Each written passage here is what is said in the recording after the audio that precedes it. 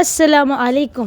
ഈ എന്തിനാടി നിന്നോടൊരു കാര്യം ചോദിച്ചപ്പോൾ അങ്ങോട്ടും ഇങ്ങോട്ടും തിരിഞ്ഞു നോക്കുന്നത്? അനക്കെന്താ ചെവി കേൾക്കൂലേ? വീണ്ടും അവരുടെ ചോദ്യത്തിൽ ദേഷ്യം നിറഞ്ഞു. അത്രയും അധികാരത്തോടെ തന്നോട് തട്ടിക്കയറുന്നവരുടെ നേർക്ക് ആലിയ നിസ്സഹായതയോടെ നോക്കി. ഫൈസി എന്തെങ്കിലുമൊന്ന് പറഞ്ഞിരുന്നുവെങ്കിലെന്ന് അവൾ അറിയാതെ കൊതിച്ചുപോയി. അവനെ നോക്കിയിരിക്കുകയാണ്. അവളെന്താണ് മറുപടി പറയുന്നതെന്ന് അറിയാൻ. ആലിയ പിന്നെയും പിന്നെയും ഫൈസിയെ നോക്കിപ്പോയ നേരം. കാരണം അത്രയേറെ വെറുപ്പോ ദേഷ്യമൊക്കെ നിറഞ്ഞു നിൽക്കുന്ന അവരുടെ സംസാരത്തിൽ അവൾക്കൊരു ഉത്തരമില്ലായിരുന്നു എന്നതാണ് സത്യം. അവളുടെ ഒരു നെഞ്ചിലൊരു വിങ്ങലായിരുന്നു. ഫൈസി ഒന്നും മിണ്ടാതെ ഇരിക്കുന്നത് കണ്ടപ്പോൾ മാറി നിൽക്കങ്ങോട്ട്. രാവിലെ എണീറ്റ് മുറ്റം പിടിച്ച് വൃത്തിയാക്കി ഇടാനുള്ളതിന് ഉച്ചയായപ്പോൾ തൂക്കാനും വാരാനും വന്നിരിക്കണു. ആലിയെ ചെറുതായി തള്ളി മാറ്റിക്കൊണ്ടവർ വീണ്ടും മുറുമുറുപ്പോടെ സിറ്റൗട്ടിലേക്ക് കയറി. ആലിയ മാത്രമല്ല, ഫൈസിയും വ്യക്തമായത് കേട്ടിരുന്നു. അവരകത്തേക്ക് കയറിയതും ഫൈസി ഇരുന്നിടത്ത് നിന്നും എഴുന്നേറ്റു. ഓ, പുതുപെണ്ണിനെ നോക്കി ഇരിക്കുമായിരിക്കില്ലേ? ഫൈസിയെ നോക്കി അല്പം പരിഹാസം നിറച്ചവർ ചോദിച്ചു. ആണെങ്കിൽ? പരുഷമായിരുന്നു അവൻ്റെ ശബ്ദം. എൻ്റെ ഭാര്യയാണെന്ന് അറിഞ്ഞുകൊണ്ടാണ് ഇവിടെ ജോലിക്ക് വന്നതാണെന്ന് അവളോട് ചോദിച്ചതല്ലേ? ഫൈസിയുടെ ശബ്ദം അല്പം ഉയർന്നു. മുഖം ദേഷ്യം കൊണ്ട് ചുവന്നു പോയിരുന്നു. ഫൈസിയുടെ പ്രതികരണത്തിൽ പെട്ടെന്നവർ ചൂളിപ്പോയി. ഞാനൊരു തമാശ കാണിച്ചതല്ലേ കുട്ടിയെ? ഫൈസിയുടെ മുഖഭാവം കണ്ടവർ വെപ്രാളത്തോടെ പറഞ്ഞു. പിന്നെ വരുത്തിയ ചിരിയോടെ മക്കളൊക്കെ എവിടെ ഇല്ലെന്നൊരു ചോദ്യവുമായി അകത്തേക്ക് കയറി. ഫൈസി ആലിയെ ഒന്ന് നോക്കിയ ശേഷം അവരുടെ കൂടെ അകത്തേക്ക് കയറി. സെഫീനയുടെ അകന്നൊരു ബന്ധത്തിലുള്ള സ്ത്രീയാണവർ. സെഫീന ഉള്ളപ്പോഴൊക്കെ ഇതുപോലെ അധികാരത്തോടെ ഇവിടെ കയറിയിറങ്ങി നടന്നതാണ്. സെഫീനക്ക് അവരെ വലിയ കാര്യമായിരുന്നു. ഇവർക്കൊപ്പം ചേർന്ന് ഫൈസിയുടെ മാതാപിതാക്കൾക്ക് നേരെ പല കൊള്ളരുതായ്മകളും സെഫീന ചെയ്തു കൂട്ടിയിട്ടുണ്ട്. ഇപ്പോഴുള്ള അവരുടെ വരവിൻ്റെ ഉദ്ദേശം എന്താണെന്ന് ഫൈസിക്ക് നന്നായി അറിയാം. അവളെ സെഫീനയുടെ വീട്ടിൽ നിന്നും പറഞ്ഞു വിട്ടതായിരിക്കും, അതുറപ്പാണ്. എൻ്റെ വിവാഹക്കാര്യം എന്തായാലും അവരറിഞ്ഞു. ഇപ്പോൾ വന്നവൾ മക്കളെ നോക്കുന്നുണ്ടോ? അവളെ കാണാൻ എങ്ങനെയാണ്? ഇവിടെ എങ്ങനെയാണ് ഇപ്പോൾ കാര്യങ്ങളൊക്കെ നടക്കുന്നത്? അങ്ങനെ പലതും ചികഞ്ഞു നോക്കാനായി ആളെ വിട്ടിരിക്കുകയാണ്. ഈ വരവ് കുറച്ച് മുന്നേ ഞാൻ പ്രതീക്ഷിച്ചതായിരുന്നു. വന്നു കയറും മുന്നേ അവളെ ഇട്ട് തട്ടിയത് കണ്ടില്ലേ? അന്നൊക്കെ ഉമ്മയെ കുത്തി കുത്തി ഓരോന്ന് പറയുമായിരുന്നു. ഇവളും സെഫീനയും ചേർന്ന്. സെഫീന ആവശ്യം പോലെ പൈസ അവർക്ക് കൊടുക്കാറുണ്ടായിരുന്നു. പഴയ സ്വാതന്ത്ര്യത്തോടെയാണ് ഇപ്പോഴും കയറി വന്നിരിക്കുന്നത്. വീട്ടിൽ കയറി വരുന്നവരെ അപമാനിച്ച് തിരിച്ചു വിടരുതെന്നല്ലേ? ആ ഒരൊറ്റ കാര്യം കൊണ്ടാണ് ഞാൻ ക്ഷമിച്ചകത്തേക്ക് കയറ്റിയത്. അല്ലെങ്കിൽ അവളോട് കാണിച്ച തോന്നിവാസത്തിന് വന്ന വഴിക്ക് വിട്ടോളം പറഞ്ഞേനെ. നോക്കട്ടെ അവിടുത്തെ പ്ലാൻ എന്താണെന്ന്. അവരെക്കുറിച്ചുള്ള കാര്യങ്ങളൊക്കെ ആലോചിച്ചു കൊണ്ട് തന്നെയാണ് ഫൈസി കൂടെ പോയത്. ആൾ അടുക്കളയിലേക്കാണ് പോയിട്ടുള്ളത്. അവിടെ ചെന്നൊരു കസേരയിൽ ഇരിപ്പുമായി ഫൈസി അവരെ കാണാതെ മറഞ്ഞു നിന്നു. അപ്പോഴേക്കും മുറ്റം തൂത്തുകൊണ്ടിരിക്കുന്ന ആലിയും കൈയും കാലുമൊക്കെ കഴുകി അടുക്കളയിലെത്തി. സത്യം പറഞ്ഞാൽ അവൾക്ക് നന്നായിട്ട് പേടി തോന്നുന്നുണ്ടായിരുന്നു. ഇവർ ആരാണെന്നറിയില്ല, ഇവരെ എങ്ങനെ സ്വീകരിക്കണമെന്നും അറിയില്ല. അവിടുത്തെ ബന്ധു വല്ലതുമാണോ? അതാണോ ഇത്ര അധികാരത്തോടെ കയറി വന്നത്? അവളും അവരെക്കുറിച്ചുള്ള ചിന്തകളിലായിരുന്നു. എന്താടി, രാവിലെ കഴിക്കാൻ നീയൊന്നും ഉണ്ടാക്കിയില്ലേ? എന്തെങ്കിലും ഉണ്ടെങ്കിൽ ഇങ്ങോട്ടെടുക്ക്. എൻ്റെ പെണ്ണാണെങ്കിൽ ഞാൻ വന്ന് കയറണ്ട. എൻ്റെ തലവട്ടം കണ്ടാൽ മതി. ഓൾ അപ്പോഴേ എനിക്ക് തിന്നാനും കുടിക്കാനൊക്കെ ഓടി നടന്ന് കൊണ്ടുതരും. പാവം, ഇപ്പോൾ എൻ്റെ കൊച്ച് എവിടെയാണോ എന്തോ. അവരിന്ന് നെടുവീർപ്പിട്ടു. ആലി വേഗം രാവിലെ ഉണ്ടാക്കിയ ദോശയും അതിന് മുകളിൽ കയറിയും ഒഴിച്ച് അവരുടെ മുന്നിലേക്ക് വെച്ചു കൊടുത്തു. അവളെ ഒന്ന് കനിപ്പിച്ച് നോക്കിയിട്ട് അവരത് കഴിക്കാൻ തുടങ്ങി. നിന്നെയൊക്കെ പോലെ ഉള്ളതിനെ കണ്ടുവച്ചിട്ടല്ലേടി ഓരോരുത്തരോട് അവളോട് ഇടപെടുന്നത്? ഭർത്താവിൻ്റെ സ്നേഹവും സന്തോഷവും ഒന്നും കിട്ടാതെ എൻ്റെ പെണ്ണിനെന്തോ അബദ്ധം പറ്റി പോയതാണ്. അല്ലെങ്കിലും അവൾ ഇങ്ങനെയൊന്നും ചെയ്യൂല. എനിക്കറിഞ്ഞുകൂടെ എൻ്റെ മോളെ? അവൻ്റെ ഉമ്മ ഉണ്ടായിരുന്നപ്പോഴും അതിനൊരു സ്വസ്ഥനും സമാധാനവും കൊടുത്തിട്ടില്ല. വാതിലിൻ്റെ നേർക്ക് ആരെങ്കിലും വരുന്നോ എന്ന് എത്തി നോക്കിയാണ് അവർ ഓരോന്നും സംസാരിക്കുന്നത്. സെഫീനയെ ഓർത്ത് അവളുടെ വാക്കുകളിൽ സങ്കടം നിറഞ്ഞു നിന്നു. നിന്നെയൊക്കെ പോലുള്ളത് പിന്നെ എങ്ങനെയും ആണുങ്ങളെ മയക്കി കയ്യിലെടുക്കും. നിനക്കിപ്പോൾ ഇവിടെ ശല്യത്തിന് ആരുമില്ലല്ലോ, അവൻ്റെ ഉമ്മയുമില്ല. ആലി എന്തു ചെയ്യണമെന്നറിയാതെ അന്താളിച്ചു പോയി. ഇവരെന്തൊക്കെയാണ് ഈ പറയണത്? അല്ല, എൻ്റെ കല്യാണം മുമ്പ് കഴിഞ്ഞതല്ലേ, അതോ അവനെ കളഞ്ഞിട്ടാണോ ഈ ഇങ്ങോട്ട് വന്നത്? നിനക്ക് മക്കളുണ്ടോ? എൻ്റെ സെഫീനയുടെ മക്കളെ നീ നന്നായിട്ട് നോക്കുന്നുണ്ടോ? അതോ നിനക്ക് അവരുടെ ചിറ്റമ്മനയം തന്നെയാണോ? കഴിക്കുന്നതിനിടയിലും അവരുടെ നിർത്താതെയുള്ള ചോദ്യശരങ്ങൾ ഒന്നിനുമേൽ ഒന്നായി അവളുടെ ഹൃദയത്തിലേക്ക് വന്നു പതിച്ചു. ഇപ്പോൾ ടി വിയിലും വാർത്തയിലൊക്കെ കാണണില്ലേ? രണ്ടാമത് കല്യാണം കഴിച്ച് കൊണ്ടുവന്നാൽ ആദ്യ ഭാര്യയിലുള്ള മക്കളെ തിന്നാൻ പോലും കൊടുക്കാതെ പട്ടിണിക്കിട്ട് കൊല്ലുന്ന കാലമാണ്. അവന് കേസ് ജയിക്കാൻ വേണ്ടിയിട്ടല്ലേ കൊച്ചുങ്ങളെപ്പോലും വിട്ടുകൊടുക്കാതെ ഇവിടെ ഇങ്ങനെ തളച്ചിട്ടിരിക്കുന്നത്. അതിൻ്റെയൊക്കെ ഗതി ഇനി എന്താവോ എന്തോ. സെഫീനാൻ്റെ ഉമ്മിപ്പാണെങ്കിൽ പൊന്നു പോലെ ആ കുട്ടികളെ നോക്കൂലായിരുന്നോ? ഇതിപ്പോൾ അതുങ്ങളെ ഇവിടെ പിടിച്ചിട്ടിരിക്കുന്നത് കൊല്ലാനാണോ വളർത്താനാണോ എന്ന് ആർക്കറിയാം.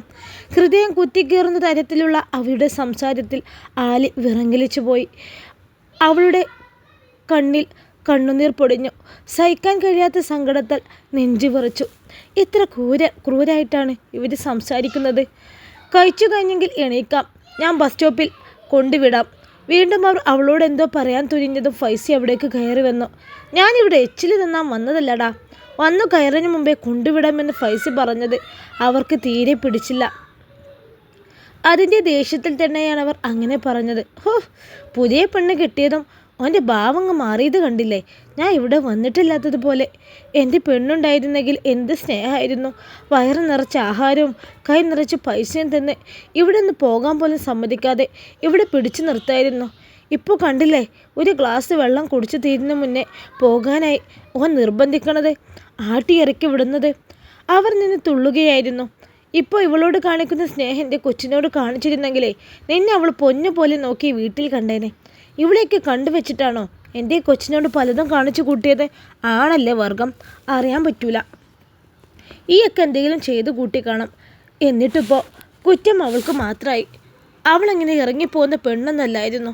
നീ എന്തോ അവളോട് ക്രൂരത കാണിച്ചിട്ടുണ്ട്. അവൾ വരുമ്പോൾ അറിയാൻ പറ്റും നീ എന്താണ് അവളോട് ചെയ്തതെന്ന്. ഞാനും കൂടെ ഇവിടെ ഇരുന്നാൽ പിന്നെ നിങ്ങൾ കാര്യങ്ങളൊന്നും നടക്കില്ലല്ലോ അല്ലേ? അതുകൊണ്ടായിരിക്കും എന്നെ പറഞ്ഞു വിടാൻ ഇത്ര തിടുക്കം. ഫൈസി പോകാൻ വിളിച്ചതും അവർ ദേഷ്യത്തോടെ വായിൽ വന്നതൊക്കെ വിളിച്ചു കോമൻ തുടങ്ങി. വന്ന കാര്യമൊന്നും നടക്കാത്തത് കൊണ്ടോ വന്നു കയറും മുന്നേ പോകാൻ പറഞ്ഞത് കൊണ്ടോ ദേഷ്യത്തോടെ നിന്ന് തിളക്കുകയായിരുന്നു. കുട്ടികളെപ്പോലും കാണാൻ പറ്റിയില്ല. അവരോട് പല കാര്യങ്ങളും ചോദിച്ചു നോക്കായിരുന്നു. ഇപ്പോൾ അതിനും പറ്റിയില്ല. അവസാനം പറഞ്ഞ അവരുടെ വാക്കുകളിൽ ആലിയുടെ മുഖം വിളറി വെളുത്തുപോയി. എന്തൊക്കെയാണ് അവർ വിളിച്ചു കൊന്നത്? അവൾക്ക് സങ്കടവും അപമാനമൊക്കെ തോന്നിപ്പോയി. പക്ഷെ ഫൈസിക്ക് യാതൊരു മാറ്റവുമില്ലായിരുന്നു. അവൻ തലയുയർത്തി തന്നെ അവരുടെ മുന്നിൽ നിന്നു. അതെ, നിങ്ങളെന്ത് വിചാരിച്ചോ? അങ്ങനെ തന്നെയാണ്. അങ്ങനെയാണെങ്കിൽ തന്നെ നിങ്ങൾക്കെന്താ പ്രശ്നം? ഇവളെൻ്റെ ഭാര്യയാണ്. ഞാൻ മഹർ കെട്ടി എൻ്റെ പെണ്ണ്. ഓളോടൊപ്പം ജീവിക്കാനുള്ള അവകാശവും അധികാരവും എനിക്കുണ്ട്. അല്ലാതെ നിങ്ങളെ മോള് ചെയ്തതുപോലെ ഒളിച്ചും പാത്തൊന്നല്ലല്ലോ. ഞാൻ അവിഹിതം ചെയ്യുന്നതല്ല. എനിക്ക് അനുവദിച്ച് കിട്ടിയവളുടെ കൂടെയാണ് ഞാൻ ജീവിക്കുന്നത്. അതിനെനിക്ക് ആരെയും ഭയക്കേണ്ട കാര്യമൊന്നുമില്ല. ഇവിടെ എന്ത് നടക്കുന്നെന്നറിയാനും മക്കളെക്കുറിച്ച് കൂടുതൽ അന്വേഷിക്കാനും നിങ്ങൾ നിൽക്കേണ്ട കാര്യമല്ല. ഇനി എൻ്റെ ജീവിതത്തിൽ കയറി കളിച്ചാലേ ഈ ഫൈസിയുടെ മറ്റൊരു മുഖമായിരിക്കും നിങ്ങൾ കാണുന്നത്. പ്രായത്തിൻ്റെ പരിഗണനയാണ് ഇത്രയും നേരം നിങ്ങൾക്ക് കിട്ടിയത്. ഈ വീട്ടിലേക്ക് കയറാൻ പോലും ഞാൻ അനുവദിച്ചത്. അല്ലാതെ വന്ന് കയറുന്നതിന് മുമ്പേ എൻ്റെ ഭാര്യയുടെ മുഖം നോക്കി തോന്നിവാസം പറഞ്ഞിട്ട് ഒരു ഉളുപ്പില്ലാതെ അകത്തേക്ക് കയറി വന്നപ്പോൾ നിങ്ങളെന്താ കരുതിയത്? നിങ്ങൾ പേടിച്ചിട്ടാണ് കയറ്റി വിട്ടതെന്നോ? അതോ പഴയ സ്വാതന്ത്ര്യത്തോടെ ഇനിയും ഇവിടെ കയറി ഇറങ്ങി നിരങ്ങാന്നോ? അങ്ങനെ എന്തെങ്കിലും മനസ്സിലുണ്ടെങ്കിലേ നിങ്ങൾക്ക് തെറ്റി. പഴയ സ്വാതന്ത്ര്യത്തോടെ ഇനി ഇവിടെ കയറിയിറങ്ങാൻ നിങ്ങളുടെ ബന്ധുവായിട്ട് ഇവിടെ ആരുമില്ല. അവൾ പോയതറിഞ്ഞില്ലേ? ഇത്ര നാളും ഇങ്ങോട്ടൊന്നും കണ്ടിട്ടില്ലല്ലോ. ഇപ്പോൾ എന്താണ് വരവിൻ്റെ ഉദ്ദേശം എന്ന് മനസ്സിലാക്കാനുള്ള സാമാന്യ ബുദ്ധിയൊക്കെ ഫൈസിക്കുണ്ട് കേട്ടോ. അതുകൊണ്ടേ അധികം നാടകം കളിക്കാതെ ഇവിടുന്ന് പോവാൻ നോക്ക്. വന്നാൽ ഞാൻ കൊണ്ടുവിടും, ഇല്ലേ പോയിക്കൊള്ളണം. നിങ്ങൾ അവളോട് പറഞ്ഞതൊക്കെ ഞാൻ കേട്ടു. സെഫീനയോട് ഞാൻ എന്തൊക്കെ ക്രൂരതയാണ് ചെയ്തതെന്ന് വരുമ്പോൾ അവളോട് ചോദിച്ചു നോക്ക്, അവൾ തന്നെ പറയട്ടെ. പിന്നെ മക്കളെ കാര്യം കൊല്ലാനാണോ വളർത്താനാണോ എന്നൊന്നും നിങ്ങൾ അറിയേണ്ട കാര്യമില്ല. അറിയാൻ എത്ര ആഗ്രഹം ഉണ്ടായിരുന്നെങ്കിൽ എത്ര മാത്രമായി ഈ സംഭവം നടന്നിട്ട്. ഒരു ദിവസം നിങ്ങൾ എൻ്റെ മക്കളെ കണ്ടിട്ടുണ്ടോ? ഇല്ലല്ലോ. എന്നിട്ടിപ്പോൾ നാണില്ലാതെ വന്നിരിക്കുന്നു. ഓരോ കണ്ടുപിടുത്തങ്ങളായിട്ട്. എൻ്റെ മക്കളാണ് എൻ്റെ സ്വന്തം മക്കൾ. അവരെ എങ്ങനെ വളർത്തണമെന്ന് എനിക്കറിയാം. എൻ്റെ കാര്യം പോട്ടെ, 3 പിഞ്ചുമക്കളെ ഒരു ദയവുമില്ലാതെ കളഞ്ഞിട്ട് അവളേക്കാൾ പ്രായം കുറഞ്ഞൊരുത്തിനൊപ്പം ഓടിപ്പോയവളെക്കുറിച്ചാണ് നിങ്ങൾ ഇത്രയും നേരം നല്ലത് മാത്രം വിളമ്പിയത്. ഇന്നും പല വീടുകളിലും കുടിച്ചു കൂത്താടി വന്ന് മക്കളെയും ഭാര്യയും ഉപദ്രവിക്കുന്നവന്മാരുണ്ട്. അതിൽ 3/4 സ്ത്രീകളും ഇപ്പോഴും എല്ലാം സഹിച്ചും ക്ഷമിച്ചും ഭർത്താക്കന്മാരോടൊപ്പം ജീവിക്കുന്നത് എന്തിനാണെന്നറിയോ? അവർ 10 മാസം നൊന്ത് പ്രസവിച്ച ഈ പിഞ്ചു മക്കൾ ഓർത്തിട്ടാണ്. അല്ലാതെ നിങ്ങളെ മോളെപ്പോലെ ഒരല്പനേരത്തെ സുഖത്തിന് വേണ്ടി ഇറങ്ങി ഓടുന്നവരല്ല. ഇവിടെ കുറഞ്ഞു പോയിട്ടില്ല, എല്ലാം കൂടിപ്പോയിട്ടാണ് അവൾക്ക് അഹങ്കാരം തലയ്ക്ക് പിടിച്ചത്. അല്ലെങ്കിൽ നിങ്ങൾ തന്നെ പറ, എന്തായിരുന്നു ഈ വീട്ടിലെ അവളുടെ സ്ഥാനം? എന്തിനായിരുന്നു അവൾക്ക് ഈ വീട്ടിലൊരു കുറവുണ്ടായിരുന്നെന്ന്? ഫൈസിയുടെ വാക്കുകളിൽ തീപ്പാറി. അവൻ്റെ ഭാവം കണ്ടവർ പെട്ടെന്ന് തന്നെ ഇരുന്നിടത്ത് നിന്ന് എഴുന്നേറ്റു. ഇനി താൻ എന്തെങ്കിലും പറഞ്ഞാൽ ചിലപ്പോൾ അവൻ എന്നെ അടിക്കുമെന്ന് പോലും അവർ ഭയന്നു. കാരണം സെഫീന എങ്ങനെയാണ് ഇവിടെ ജീവിച്ചതെന്ന് തനിക്ക് നന്നായിട്ടറിയാം. ഇതുപോലൊരു ജീവിതവും ഭർത്താവുമൊന്നും ഇനി അവൾക്ക് എവിടെ പോയാലും കിട്ടാനില്ല. എന്നിട്ടും ഒരു നാണവുമില്ലാതെ അവളെ ന്യായീകരിക്കുന്നത് അവളുടെ ഉമ്മ തന്ന പൈസയോടുള്ള കൂറുകൊണ്ടാണ്. അവിടുത്തെ കാര്യങ്ങൾ അറിയാൻ മനഃപൂർവ്വം ഇങ്ങോട്ടേക്ക് ഇടിച്ചു കയറി വന്നതാണ്. ഫൈസിയുടെ ഭാഗത്തു നിന്നും ഇതുപോലൊരു പ്രതികരണം പ്രതീക്ഷിച്ചതല്ല. ഇത്രയും ദേഷ്യത്തോടെ ഇവനെ ഇതിനു മുമ്പ് ഒരിക്കലും കണ്ടിട്ടുമില്ല. ഫൈസിയുടെ മുഖത്തേക്ക് പോലും നോക്കാൻ അവർക്ക് പേടിയായി. പിന്നെ ഒരു നിമിഷം പോലും അവിടെ ഇരിക്കാതെ വേഗം എഴുന്നേറ്റ് കൈ കഴുകി പുറകുവശത്തോടെ തന്നെ പുറത്തേക്കിറങ്ങി. ഫൈസിയും ആലിയും ആ പോക്ക് നോക്കി നിന്നു. ആരെങ്കിലും എന്തെങ്കിലും ചോദിച്ചാലേ അതിന് കൃത്യമായി മറുപടി പറയണം. അതിനുള്ള ധൈര്യം ആദ്യം ഉണ്ടാക്കിയെടുക്കണം. പിന്നെ ഫൈസിയുടെ ഭാര്യയാണെന്ന് അഭിമാനത്തോടെ തലയുയർത്തി തന്നെ പറയണം. അതിനുള്ള അവകാശത്തോടെയല്ലേ ഇങ്ങോട്ട് കയറി വന്നത്. അല്ലാതെ മോനോട് പറഞ്ഞതുപോലെ ഇവിടുത്തെ വേലക്കാരിയാണെന്നും പറഞ്ഞു കളയരുത്. അവർ പോയ വഴിയെ നോക്കി നിന്നവളോട് ഗൗരവം നിറച്ച് ഉറച്ച ശബ്ദത്തോടെ അവൻ പറഞ്ഞു.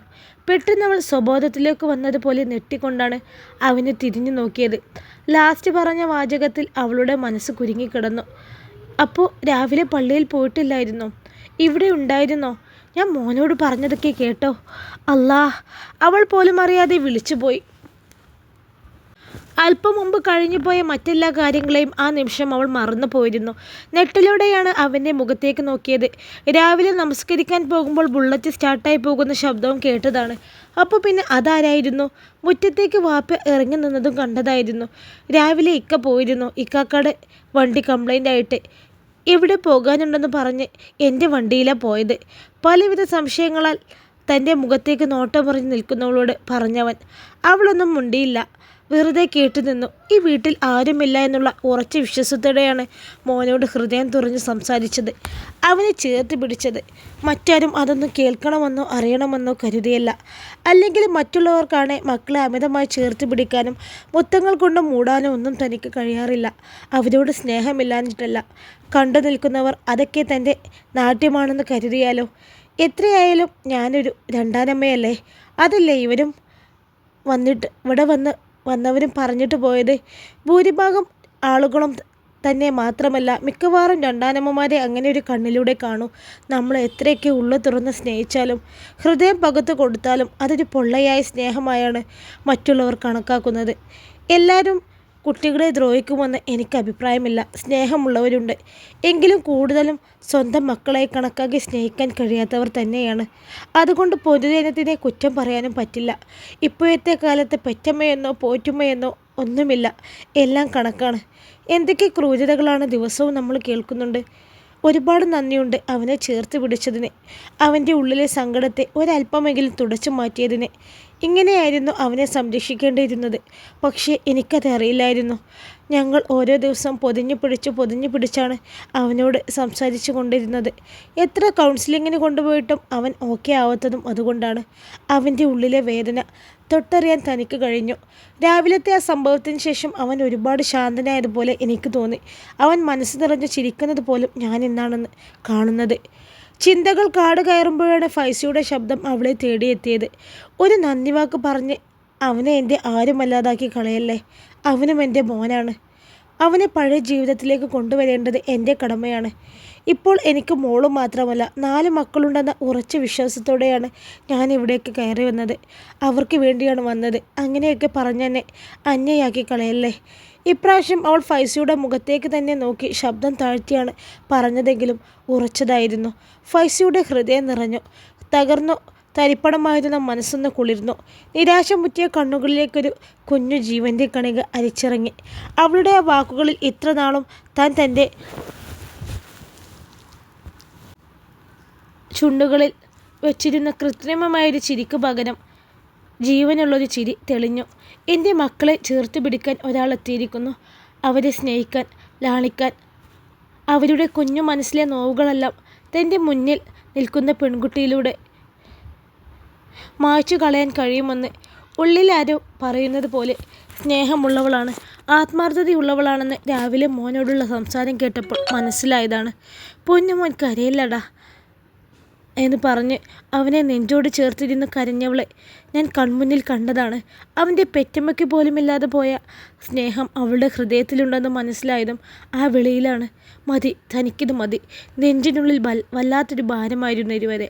ഒരു കല്ല് വന്നടിഞ്ഞതുപോലെയല്ല, വലിയൊരു മല ഹൃദയത്തിൽ ചുമക്കുന്നത് പോലെ. അത് മക്കളെ ഓർത്തുള്ള ദുഃഖമായിരുന്നു. അവരുടെ ഉമ്മ പോയി. ഇനി ആരുടെ കൈകളിലേക്കാണെന്ന് ഏൽപ്പിക്കേണ്ടത് എന്നറിയാതെ ഒരുങ്ങി തീരുകയായിരുന്നു. ഇന്ന് രാവിലെ ആ കാഴ്ചയിലൂടെ മക്കളെക്കുറിച്ചുള്ള ആദ്യവും വേദനയുമാണ് നെഞ്ചിനുള്ളിൽ നിന്നും പിഴുതു മാറ്റിയത്. ഇനി എനിക്കൊന്ന് ആശ്വസിക്കാം, സമാധാനമായിട്ടൊന്ന് ശ്വാസമെടുക്കാം. ഫൈസിയുടെ ഉള്ളമൊന്ന് ശാന്തമായി. രണ്ടാം വിവാഹം എൻ്റെ തീരുമാനം വലിയൊരു തെറ്റാകുമോ എന്നൊരു പേടിയുണ്ടായിരുന്നു. എൻ്റെ പൊന്നുമക്കളുടെ ജീവിതം കൂടുതൽ ദുരിതത്തിലാകുമോ എന്നൊരു ഭയമുണ്ടായിരുന്നു. പക്ഷേ ഇന്ന് ആ പേടിയെല്ലാം മാറി. എൻ്റെ മക്കൾ ഭാഗ്യമുള്ളവരാണ്. ഫൈസിയുടെ ശബ്ദത്തിൽ കണ്ണീരിൻ്റെ നനവ്, കണ്ണുകളിൽ അവളോടുള്ള നന്ദി. അവൻ്റെ ആ മനസ്സ് തുറന്നുള്ള സംസാരത്തിൽ അവൾക്ക് അതിശയം തോന്നി. അതിശയത്തിനപ്പുറം അവൻ്റെ കണ്ണു നിറഞ്ഞുള്ള നിൽപ്പിൽ അവൾക്കും വേദന തോന്നി. പാവം മനുഷ്യൻ, മക്കളെ ഓർത്താണ് ഇത്രയും നാളും നേറിയത്. ഈ സ്ഥാനത്ത് ചിലപ്പോൾ മറ്റേതെങ്കിലും ഒരു പുരുഷനായിരുന്നെങ്കിൽ ഇത്രയൊന്നും വേദനിക്കില്ലായിരുന്നു, ക്ഷമിച്ചു നിൽക്കില്ലായിരുന്നു. ഒരു പക്ഷേ അതിനു മുമ്പേ രണ്ടാമതൊരു വിവാഹം കഴിച്ച് ജീവിതം തുടങ്ങിയേനെ. പക്ഷേ ഈ മനുഷ്യനതിന് കഴിയാത്തത് അതിൻ്റെ കാരണം അത്രയേറെ ആത്മാർത്ഥമായി ഭാര്യയും മക്കളെയും സ്നേഹിച്ചത് കൊണ്ടാണ്. ഒന്നുമൊന്നുമായി പൊരുത്തപ്പെടാനും സമാധാനിക്കാനും കഴിയാതെ പോയത്. ഇറങ്ങിപ്പോയവൾ ആ സൗഭാഗ്യവും ഉപേക്ഷിച്ചാണ് പോയിരിക്കുന്നത്. അധികം ഒരു പെണ്ണിനും അത്ര പെട്ടെന്നൊന്നും കിട്ടാത്ത ഭാഗ്യം. ഇവിടെ ആരുല്ലേ? ആലി? തൻ്റെ പേര് നീട്ടി വിളിച്ച് കയറി വരുന്നത് ആരാണെന്നറിയാൻ അടുക്കളയിൽ നിന്നും ആലി ഹാളിലേക്ക് വന്നു. നോക്കുമ്പോൾ റൂബിയാണ്, ഫൈസലിൻ്റെ ഇക്കയുടെ ഭാര്യ. ഇക്കയും കൂടെയുണ്ട്. ആളൊരു ചിരിയോടെ കയറി വരുന്നുണ്ട്. വിളി കേട്ട് റൂമിൽ നിന്നും ഉപ്പയും ഫൈസിയും ഇറങ്ങി വന്നു. ആലി, ഞങ്ങൾക്കും കൂടി ചോറുണ്ടോ തരാൻ? ഞങ്ങളും ഇന്ന് ഇവിടെ നിന്നാണ് ചോറ് കഴിക്കുന്നത്. ഇക്കാക്ക് കൊടുത്തില്ലെങ്കിൽ കുഴപ്പമില്ല കേട്ടോ, എനിക്കെന്തെങ്കിലും തന്നാൽ മതി. നിറഞ്ഞ ചിരിയോടെ ആലിയുടെ അടുത്തേക്ക് നടന്നു വരുന്നതിനിടയിൽ കളിയോടെ ചോദിക്കുന്നുണ്ട്.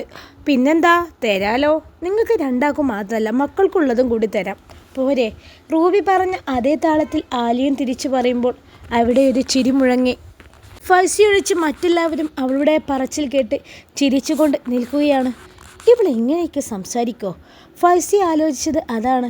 ആഹാ, ആൾക്ക് നല്ല മാറ്റുണ്ടല്ലോ. ഫൈസി സൂക്ഷിച്ചോട്ടോ, ആലി പുലിയാ. വീണ്ടും കുറുമ്പോടെ പറയുമ്പോൾ ഫൈസിയും അവിടെ ഉണ്ടെന്നോർക്കവേ ആലിക്ക് നെഞ്ചിലൊരു വെപ്രാളം നിറഞ്ഞു. റൂബിത്താൻ്റെ സംസാരം കേൾക്കാൻ നല്ല രസമാണ്.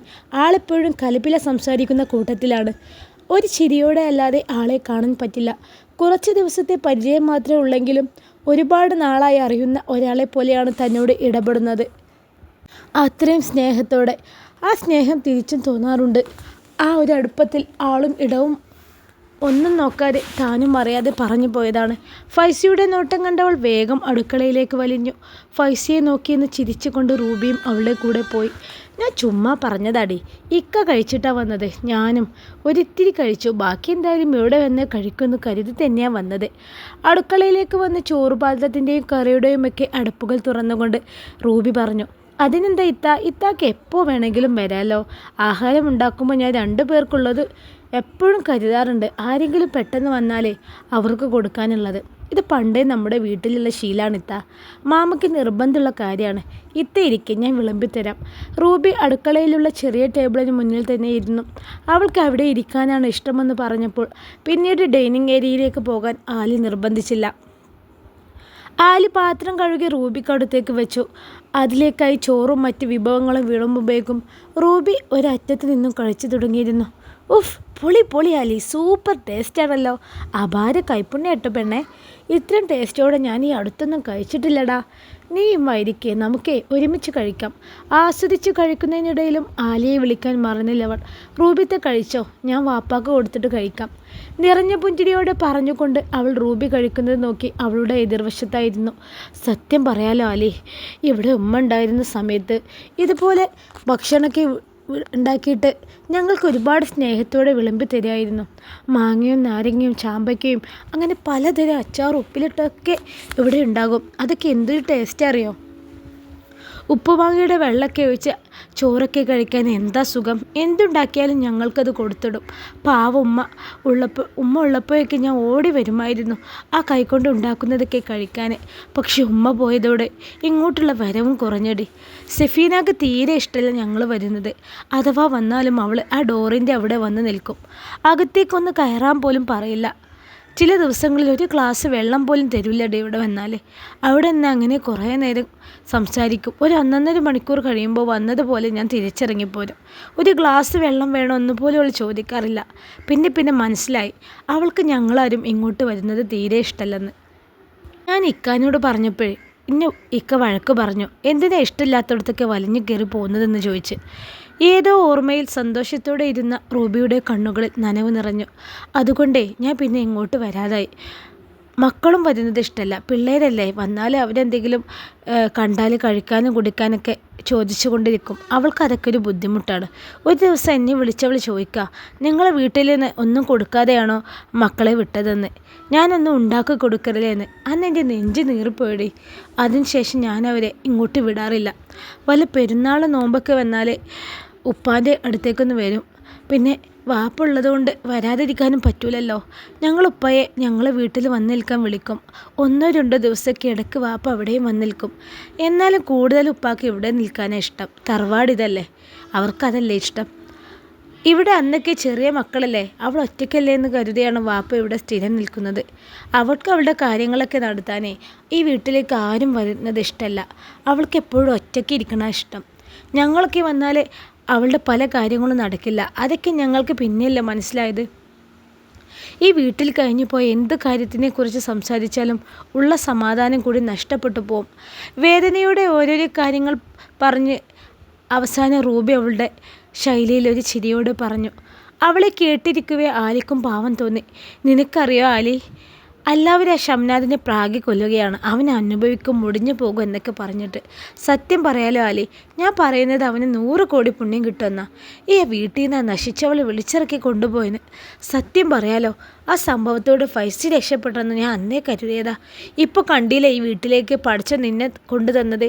നിന്നെപ്പോലൊരു പെണ്ണിനെയാടി ഫൈസിക്ക് ആവശ്യം. നിങ്ങൾ തമ്മിൽ മിണ്ടാട്ടൊന്നുമില്ലെന്ന് ഫാസിൽ പറഞ്ഞു. ആണോടി, ഇപ്പോഴും അങ്ങനെ തന്നെയാണോ? റൂബിയുടെ കൂർത്ത നോട്ടവും ചോദ്യവും ആലി ഒന്ന് പരിങ്ങി. ആവശ്യത്തിന് മിണ്ടും. ആലി നേർത്തൊരു തിരിയോടെ പറഞ്ഞു. മതി, പയ്യെ സംസാരിച്ച് തുടങ്ങിയാൽ മതി. അവന് മാത്രമല്ലല്ലോ, വർഷങ്ങൾ കടമെടുത്ത് തുന്നിച്ചേർത്തൊരു മുറിവ് എൻ്റെ ഹൃദയത്തിലുണ്ടല്ലോ. സാരില്ല, അല്പം വൈകിയാണെങ്കിലും നിങ്ങൾ രണ്ടാളും ഒരുപാട് സ്നേഹവും അതിലേറെ പ്രണയം നിറഞ്ഞൊരു ജീവിതം നയിക്കും, എനിക്കുറപ്പുണ്ട്. റൂബിയുടെ വാക്ക് കേട്ട് ആലി അവിടെ ഇരുന്നു പോയി. വർഷങ്ങൾ കടമെടുത്ത് തുന്നിച്ചേർക്കപ്പെട്ട മുറിവിൽ നിന്ന് ഇപ്പോഴും രക്തം കിനിഞ്ഞിറങ്ങുന്നുണ്ട്. ഇനിയൊരു പുരുഷൻ്റെ പ്രണയം സ്വീകരിക്കാൻ എനിക്ക് കഴിയോ? നീ പേടിക്കണ്ട ആലി, പെട്ടെന്ന് വേണ്ട, വളരെ പതിയെ മതി. ക്ഷമയോടെ കാത്തിരിക്കാൻ ഫൈസിക്കും കഴിയും. കാരണം അവനിപ്പോൾ അങ്ങനെ ഒരു മാനസികാവസ്ഥയിലൂടെയാണ് കടന്നു പോകുന്നത്. മാറ്റങ്ങൾ വരേണ്ടതേ നീ എന്ന പെണ്ണിലൂടെയാണ്. ആലിയുടെ മുഖത്തെ മാറ്റം റൂബി വളരെ വേഗം തിരിച്ചറിഞ്ഞു. അതുകൊണ്ട് അവളെ സമാധാനിപ്പിച്ചുകൊണ്ട് സംസാരം റൂബി അവിടെ നിർത്തി. പിന്നെ ആലി, നിനക്ക് ഞാൻ ഇങ്ങോട്ട് വരുന്നതിൽ എന്തെങ്കിലും ബുദ്ധിമുട്ടുണ്ടോടി? ഉണ്ടെങ്കിൽ പറയാൻ മടിക്കണ്ട. വെറുതെ ഞാൻ വന്ന് നിങ്ങൾ സ്വർഗത്തിലെ കട്ടുറുമ്പാകുന്നില്ല. വീണ്ടും റൂബിയുടെ വാക്കുകളിൽ കുസൃതി നിറഞ്ഞു. പോയിത്താ, വെറുതെ ആവശ്യമില്ലാത്തതൊന്നും പറയണ്ടട്ടോ. ഞാനിവിടെ ഒറ്റയ്ക്കിരുന്നിട്ട് എന്ത് ചെയ്യാനാ? ഇത്ത കൂടെ വന്നപ്പോൾ എന്ത് സന്തോഷമാണ് എനിക്ക്. ഇത്താക്ക് എപ്പോൾ വേണമെങ്കിലും ഇവിടെ സന്തോഷത്തോടെ കയറി വരാം കേട്ടോ. ഞാൻ ജീവിച്ചിരുന്ന വീട്ടിലെ ഒരുപാട് ആളുകളുണ്ടായിരുന്നു. എല്ലാവരും കൂടെ കൂടുമ്പോൾ ഉണ്ടാകുന്ന സന്തോഷം അതിങ്ങനെ ഒറ്റയ്ക്കിരുന്നാലൊന്നും കിട്ടില്ല ഇത്ത. അതുകൊണ്ട് ഇത്ത ധൈര്യമായിട്ട് ഇവിടേക്ക് വന്നു. അത് പറയുമ്പോൾ അവളിലും ഒരു ചിരി നിറഞ്ഞു. കുറച്ചുകൂടി സംസാരിച്ചിരുന്ന ശേഷമാണ് റൂബി പോയത്. മക്കൾ സ്കൂളിൽ പോയിരിക്കുകയാണ്. അവർ വരുന്നതിന് മുമ്പേ വീടെത്തണം. അവർ പോയ ശേഷമാണ് ഫൈസിക്കും വാപ്പാക്കും ആല് ചോറ് കൊടുത്തത്. വാപ്പാക്ക് ചോറും കറികളുമെല്ലാം പാത്രത്തിലേക്ക് എടുത്തു വെച്ച് കഴിക്കും. ഫൈസി അവന് ആവശ്യമുള്ളത് എടുത്ത് കഴിക്കുകയാണ് ചെയ്യുന്നത്. അവനുള്ളതൊന്നും അവൾ വിളമ്പി കൊടുക്കാറില്ല. അവൻ അതിനൊന്നും കാത്തു നിൽക്കാറുമില്ല. വാപ്പായാണ് ഫൈസി ആഹാരം കഴിക്കാനായി വിളിക്കുന്നത്. മക്കളുണ്ടെങ്കിൽ അവർ പോയി വിളിക്കും. അവർ കഴിച്ചു കഴിഞ്ഞ ശേഷം ആലിയും വളരെ കുറച്ച് ചോറെടുത്ത് കഴിച്ചു. വാപ്പായും ഫൈസിയും കിടക്കാനായി റൂമിലേക്ക് പോയി. ആലി പിന്നെ നേരെ ഹാളിൽ വന്നിരുന്നു. മക്കൾക്ക് വേണ്ടിയുള്ള കാത്തിരിപ്പിലാണവൾ. ഇതിനിടയിൽ പലവട്ടം അടുക്കളയിലേക്ക് പോയി. സ്കൂൾ ബസ് വന്ന് നിൽക്കുന്ന ശബ്ദം കേട്ടതും ഡോർ തുറന്നവൾ പുറത്തേക്കിറങ്ങി. ഗേറ്റ് തുറന്ന് അവർ ഓരോരുത്തരുമായി കയറി വരുമ്പോൾ പൊടിമോനെ ആലിയെടുത്ത് അവളുടെ തോളിലേക്കിട്ടു. ഇന്നവൻ കരയതയാണ് വന്നത്. ആര്യ തിരിഞ്ഞ് വീട്ടിലേക്ക് കയറുമ്പോൾ ഫൈസിയും വാപ്പയും അവരെ നോക്കി നിൽക്കുന്നതാണ്. മക്കളൊക്കെ ഡ്രസ്സെല്ലാം മാറ്റി കുളിക്കാനായി പോയി. പൊടിമോനെ ആര്യയും കൊണ്ടുപോയി കുളിപ്പിച്ചു കൊണ്ടുവന്നു. എല്ലാവരും ഫ്രഷായി ഡൈനിങ് ടേബിളിൽ വന്നിരുന്നു. ആലി അവർക്ക് കുടിക്കാൻ പാലും കഴിക്കാൻ പഴംപൊരിയും കൊടുത്തു. ആരും വേണ്ടെന്നൊന്നും പറഞ്ഞില്ല. എല്ലാവരും ആസ്വദിച്ച് കഴിക്കുന്നുണ്ട്. ആലിക്ക് അഫി ഇരുന്ന് കഴിക്കുന്നത് കാണുമ്പോൾ ഒരുപാട് സന്തോഷം തോന്നി. ഇന്നവൻ മുകളിലേക്കൊന്നും പോയില്ല. താഴെ അവർക്കൊപ്പം തന്നെ കൂടുകയായിരുന്നു. പൊടിമോനെ ആലി അവളുടെ മടിയിൽ തന്നെ ഇരുത്തി. അഫിമോനെ നോക്കിയിരിക്കവെ അവനെയും ചേർത്തൊരു പിടിച്ചൊരു മുത്തം നൽകി. ചെറിയ മക്കൾ വാത്സല്യവും സ്നേഹവും കൊതിക്കുന്ന പ്രായം. മാതാപിതാക്കൾ ഒരുക്കിയ തണലിൽ കഴിയേണ്ട പ്രായം. അത്രയും കരുതലും സ്നേഹത്തിലും വളരേണ്ട മക്കളാണ് ഒറ്റപ്പെട്ട അവസ്ഥയിൽ ഇങ്ങനെ ഇരിക്കുന്നത്. അവരൊന്ന് ചിറക് വിടർത്താൻ തുടങ്ങുന്ന സമയം. പക്ഷെ ആ കുഞ്ഞു ചിറകുകളെ അപ്പാടെ തളർത്തി കരിച്ച് കളഞ്ഞുകൊണ്ടാണ് അവരുടെ ഉമ്മ പുതിയ തീരം തേടി പോയത്. അവരുടെ മുഖത്ത് നോക്കിയാൽ ആലിക്ക് കണ്ണു നിറയും. അത്രയേറെ നിഷ്കളങ്കത നിറഞ്ഞ മുഖങ്ങൾ. അവൾക്ക് ഹൃദയം വേദനിച്ചു. ഉള്ളിലൂടെ ഒരു നീറ്റലിങ്ങനെ അരിച്ചിറങ്ങി. ഈ മക്കളുടെ മുഖത്ത് നോക്കുമ്പോഴൊക്കെയും ലോകത്തൊരു ഉമ്മക്കും ഇതുപോലെ കുഞ്ഞുമക്കളെ ഉപേക്ഷിച്ച് സ്വന്തം സുഖം തേടിപ്പോകാൻ മനസ്സ് കൊടുക്കരുത് റബ്ബേ എന്നവൾ ആത്മാർത്ഥമായി പ്രാർത്ഥിച്ചു. മിസ്റ്റി മോൾ എന്തൊക്കെയോ കലിപ്പിൽ സംസാരിക്കുന്നുണ്ട്. എൻ്റെ മുന്നിലായതുകൊണ്ടാണോ എന്തോ? ഐഷുമോളെ ഇടയ്ക്കിടയ്ക്ക് എന്നെയും നോക്കും, മിസ്രയെയും നോക്കും. ഞാൻ ഇരിക്കുന്നത് കൊണ്ട് സംസാരിക്കാൻ അവൾക്കൊരു മടി പോലെ. പാവം, വല്ലാതെ ഒതുങ്ങിപ്പോയൊരു സ്വഭാവമാണ് അവൾക്ക്. അവൾ സംസാരിക്കുന്ന ഒച്ച പോലും പുറത്ത് കേൾക്കാൻ കഴിയാത്തതുപോലെ. ഈ ലോകത്ത് ആരൊക്കെ കൂടെയുണ്ടെങ്കിലും സ്വന്തം ഉമ്മ കൂടെ ഉള്ളതുപോലെ ആകില്ല. അതിപ്പോൾ വാപ്പാണെങ്കിൽ പോലും ഉമ്മ കൂടെയുള്ളപ്പോൾ ഉണ്ടാകുന്നൊരു സ്വാതന്ത്ര്യം നമുക്ക് മറ്റാരുടെ കൂടെയും കിട്ടില്ല. ഇവിടെ ഐഷുമോള് പതുങ്ങിപ്പോയതും അതുകൊണ്ടാണ്. എല്ലാവരും കഴിച്ചെണീച്ച് കൈയൊക്കെ കഴുകി പോവാൻ നേരം പൊടിമേനും ആലിയുടെ മടയിൽ നിന്നും ചാടി ഇറങ്ങി. ആ നേരം ആലി അവളെ കടന്നു പോകാൻ തുടങ്ങിയ ഐഷുമോളെ പിടിച്ചു നിർത്തി. മോളിങ്ങി വാ. സ്നേഹത്തോടെ അവളെ അരികിലേക്ക് ചേർത്ത് നിർത്തി. ഇരു കൈകൾ കൊണ്ടും അവളെ ആലിയുടെ ഉദരത്തിലേക്ക് ചേർത്ത് പിടിച്ചു. അവളുടെ മൂർധാവിൽ ചുണ്ടുകൾ അമർത്തി. അവളും ആ കുഞ്ഞു കരങ്ങൾ കൊണ്ട് ആലിയെ ചുറ്റിപ്പിടിച്ചു. മിസ്രി മോളെ പോലെ മോളും ഉമ്മാന്ന് വിളിക്കണം കേട്ടോ. ധൈര്യമായിട്ട് വിളിക്കാം മോൾക്ക് എന്നെ ഉമ്മാന്ന്. മിസ്രിയെ പോലെ എന്തുണ്ടെങ്കിലും ഓടി വന്ന് ഉമ്മാനോട് പറയണം. പേടിയൊന്നും വേണ്ട കേട്ടോ ഐഷുമോളെ. ഈ ആലുമ്മയുടെ ചക്കര കുട്ടിയാ മോളും. കണ്ണ് നിറച്ചും സ്നേഹം നിറച്ച് ഐഷുമോളുടെ മുഖം പിടിച്ചുയർത്തി അലിവോടെ പറഞ്ഞവൾ. ഉമ്മാന്ന് വിളിക്കില്ലേ മോളെന്നെ? വീണ്ടും ഒന്നുകൂടെ എടുത്തു ചോദിക്കുമ്പോൾ ഐഷി തലയിന്ന് കുലുക്കി. വിളിക്കുമെന്ന് പറഞ്ഞു. ഐഷുമോളുടെ മുഖമാകെ ആവോളം മുത്തം കൊടുത്തവൾ സ്നേഹത്തോടെ ചേർത്ത് മുറുകെ പിടിച്ചു. അവരുടെ ഉള്ളിലെ സങ്കടങ്ങളെ ഒന്നാകെ പകുത്തെടുത്തവൾ. ആ കുരുന്നിൻ്റെ മനസ്സിൻ്റെ ഉള്ളിൽ ഒരു ചെറുനോവ് പോലും ഇല്ലാതിരിക്കട്ടെ. അവരിൽ ഇനിയുള്ള നാളുകളൊക്കെയും സന്തോഷം മാത്രം നിറയട്ടെ. അത്രമേൽ ആഗ്രഹത്തോടെ ഹൃദയം നിറഞ്ഞ് പ്രാർത്ഥിച്ചവൾ. അസർ നമസ്കാരം കഴിഞ്ഞ് ആലി വരുമ്പോൾ മക്കളൊക്കെ ടാബും ഫോണുമൊക്കെ ആയിട്ടിരിക്കുകയാണ്. ഈ ശീലം നല്ലതല്ല. പതിയെ ഇതിൽ നിന്നും അവരെ പുറത്തു കൊണ്ടുവരണം. ആലി ഓർത്തു. എല്ലാവരും വാ, നമുക്കൊന്ന് പുറത്തു പോയി കളിക്കാം. ആലി കളിക്കാൻ വിളിക്കുന്നത് കണ്ട് ആദ്യം അവരെ നമ്പരുന്നു. അവളെ തന്നെ നോക്കിയിരുന്നു. മിസ്റ്റിമോള് മാത്രം ചാടി എണീറ്റു. ഉമ്മി കൂടെ കളിക്കോ? പിന്നെന്താ, കളിക്കാലോ. ഫസ്റ്റ് നിങ്ങൾ കളിച്ചു കഴിഞ്ഞാൽ ഞാനും കൂടും പോരെ? ആകാംക്ഷയോടെയുള്ള അവളുടെ ചോദ്യത്തിന് ആലി മറുപടിയും പറഞ്ഞു. മിസ്റ്റിയും ഐഷുവും തുള്ളിച്ചാടി ഇറങ്ങുമ്പോൾ അരമനസ്സോടെ അഫിയും പൊടിമോനും ആ കൂടെ പോയി. വീടിൻ്റെ പുറകുവശത്തേക്കാണ് ആലി മക്കളെയും കൂട്ടിപ്പോയത്. മുൻവശത്തെ റോഡിൽ എപ്പോഴും വണ്ടികൾ ഓടിക്കൊണ്ടിരിക്കുന്നത് കൊണ്ട് ഹോണിൻ്റെ ശബ്ദവും പൊടിയുമൊക്കെയാണ്. പുറകിലാകുമ്പോൾ പിന്നെ ആ ബുദ്ധിമുട്ടില്ല. വീടിൻ്റെ പുറകുവശത്താണ് കിണറുള്ളത്. മതിലിനോട് ചേർന്ന് വലത് സൈഡിൽ കിണറാണ്. കിണറിൻ്റെ ഭാഗത്തായിട്ട് തന്നെ 1-2 ചെറിയ മരങ്ങളുമുണ്ട്. മുറ്റം മുഴുവനും ഇൻ്റർലോക്ക് ചെയ്തിട്ടുള്ളത് കൊണ്ട് തന്നെ കുട്ടികൾക്ക് കളിക്കാനും സൈക്കിൾ ഓടിക്കാനും ഒക്കെ നല്ല സൗകര്യമാണ്. പക്ഷെ അവർ പുറത്തേക്ക് പോലും ഇറങ്ങുന്നില്ല എന്നതാണ് സത്യം. പുറകുവശത്തെ ഒരു ചെറിയ മാവുണ്ട്. അതിൽ ഒരുപാട് കൊമ്പുകളുണ്ട്. ചെറിയ മാവിൻ്റെ നീണ്ടു നിൽക്കുന്ന കൊമ്പുകൾ തറയിലും തട്ടി നിൽക്കുന്നുണ്ട്. അതിൽ കയറിയിരുന്ന് ആടാനൊക്കെ പറ്റും. ആലി നോക്കുമ്പോൾ അഫി അതിൽ കയറിയിരുന്ന് ആടുകയാണ്. പെൺകുട്ടികളും അവനൊപ്പം വലിഞ്ഞു കയറുന്നുണ്ട്. ആലി വരുന്നത് കണ്ടതോടെ എന്താണ് കളിക്കാൻ പോകുന്നതെന്ന് അറിയാനുള്ള ആകാംക്ഷയോടെ എല്ലാവരും അവൾക്ക് ചുറ്റും കൂടി.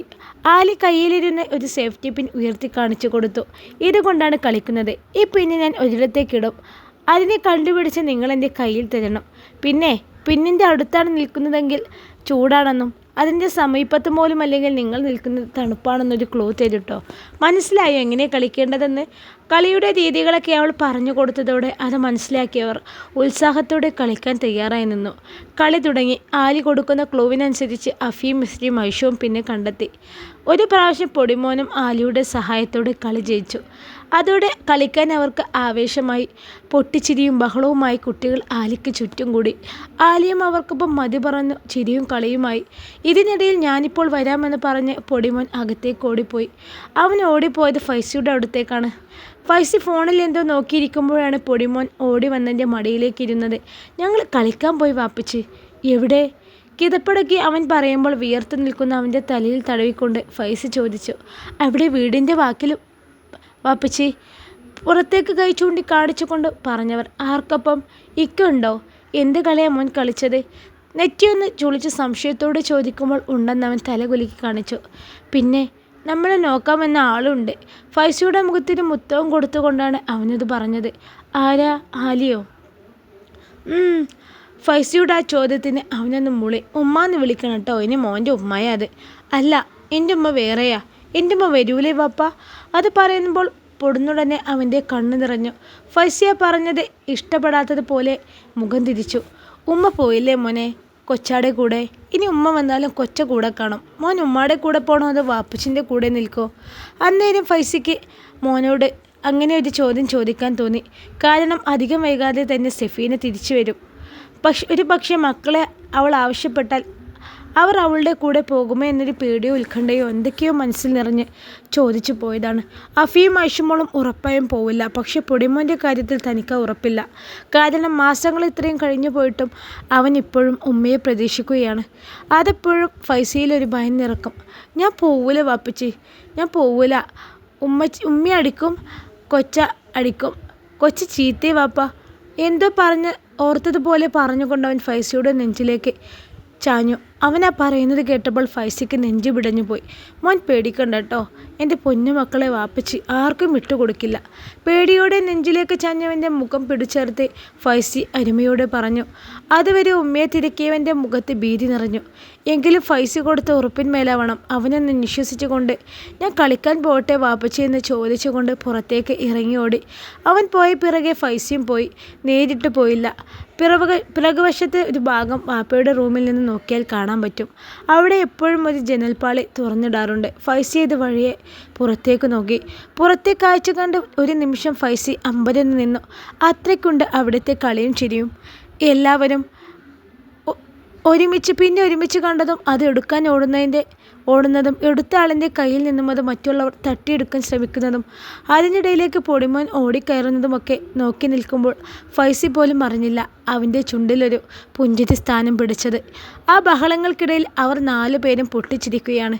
ചിരിക്കുക മാത്രമല്ല പലതരത്തിലുള്ള ആർപ്പുവിളികളും നടത്തുന്നുണ്ട്. അതൊക്കെ കണ്ടു നിൽക്കുന്നവളിലും ചിരി തന്നെയാണ്. ഫൈസി അവളെ കണ്ണെടുക്കാതെ നോക്കി നിന്നുപോയി. എത്ര പെട്ടെന്നാളവൻ മക്കളെ സ്നേഹത്തിലെ നൂലിയെ കൊണ്ട് അടുപ്പിച്ചത്. അകൽച്ചയുമെന്നില്ലാതെ അവർ അവൾക്ക് ചുറ്റും ഓടിക്കളിക്കുമ്പോൾ അവളും മനസ്സ് നിറഞ്ഞു ചിരിക്കുന്ന കാഴ്ച അവനിൽ ഒരു പുത്തനുണർവ് നൽകി. നമുക്ക് ഇവിടെ നിന്ന് പോയാലോ? ഷംനാദ് രാത്രി കിടക്കാനുള്ള തയ്യാറെടുപ്പ് നടത്തുമ്പോഴാണ് സെഫീന ആലോചനയോടെ അവനോട് ചോദിച്ചത്. എവിടെ പോകാൻ? കട്ടിലേക്ക് കയറി കിടന്നുകൊണ്ടവൻ അവളെ നോക്കി. മറ്റെവിടേക്കെങ്കിലും. എനിക്കിവിടെ എന്തോ മടുപ്പ് പോലെ തോന്നുന്നു. നീ ശ്രദ്ധിച്ചോ? കുറച്ച് ദിവസം കൊണ്ട് നമ്മൾ പുറത്തേക്ക് ഇറങ്ങുമ്പോൾ നമ്മളെ ആരും ഫോളോ ചെയ്യുന്നത് പോലെ തോന്നുന്നു. നമ്മളെയല്ല, നിന്നെ ആയിരിക്കും. നിൻ്റെ ഈ കൊഴുപ്പൊക്കെ കണ്ടിട്ടായിരിക്കും ആരെങ്കിലുമൊക്കെ നോക്കുന്നത്. അവൻ താല്പര്യമില്ലാത്തതുപോലെ പരിഹാസത്തോടെ പറയുമ്പോൾ സെഫീനയുടെ മുഖത്തേക്ക് ദേഷ്യം ഇരച്ചു കയറി. എന്തായാലും ശരി, എനിക്കിനി ഇവിടെ തുടരാൻ പറ്റില്ല. എനിക്കെന്തോ പേടി പോലെ തോന്നുന്നു.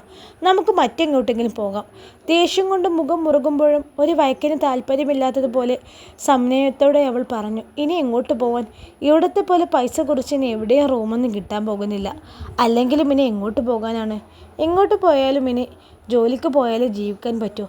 ഞാൻ മാത്രമല്ല നീയും വരണം. ഒരാൾ മാത്രം പണിയെടുത്താലേ നല്ലോണം ജീവിക്കാനൊന്നും പറ്റില്ല. ഷംനാട് തീർപ്പോടെ പറയുമ്പോൾ അടക്കി നിർത്തിയ ദേഷ്യം അറിയാതെ തിരിച്ചു വന്നു അവളിൽ. എൻ്റെ കൊണ്ട് പറ്റില്ല. ജോലിക്ക് വരാൻ എനിക്ക് മനസ്സില്ല. ഞാനേ നിന്നെപ്പോലെ വെറും കൈയോടല്ല വന്നത്. ലക്ഷങ്ങളും കൊണ്ടാണ് നിൻ്റെ കൂടെ ഇറങ്ങി വന്നത്. അതെല്ലാം നശിപ്പിച്ചിട്ട് ഇനി ഞാൻ നിൻ്റെ കൂടെ തെണ്ടാൻ കൂടെ വരണമെന്നല്ലേ? ദേഷ്യം മൂത്ത് സഫീന പ്രാന്തിയെപ്പോലെ അലറി. ഇല്ലേ വേണ്ട, ഞാൻ എനിക്കുള്ളത് ഉണ്ടാക്കിക്കോളാം. നീ പട്ടിണി കിടന്ന് ചത്തോ? അവളുടെ ദേഷ്യത്തിന് മുന്നിൽ തെല്ലും പതറാതെ പുച്ഛത്തോടെ പറഞ്ഞുകൊണ്ടവൻ തിരിഞ്ഞു നടന്നു. അല്ലെങ്കിൽ തന്നെ നിനക്ക് ജോലിക്കൊന്നും പോകേണ്ട ആവശ്യമില്ലല്ലോ. നിന്നെ തിരക്കിയ ആളുകൾ ഇവിടെ വരും. ഇപ്പോൾ തന്നെ എന്നോട് ആരൊക്കെയാണെന്നോ നിന്നെക്കുറിച്ച് ചോദിക്കുന്നത്?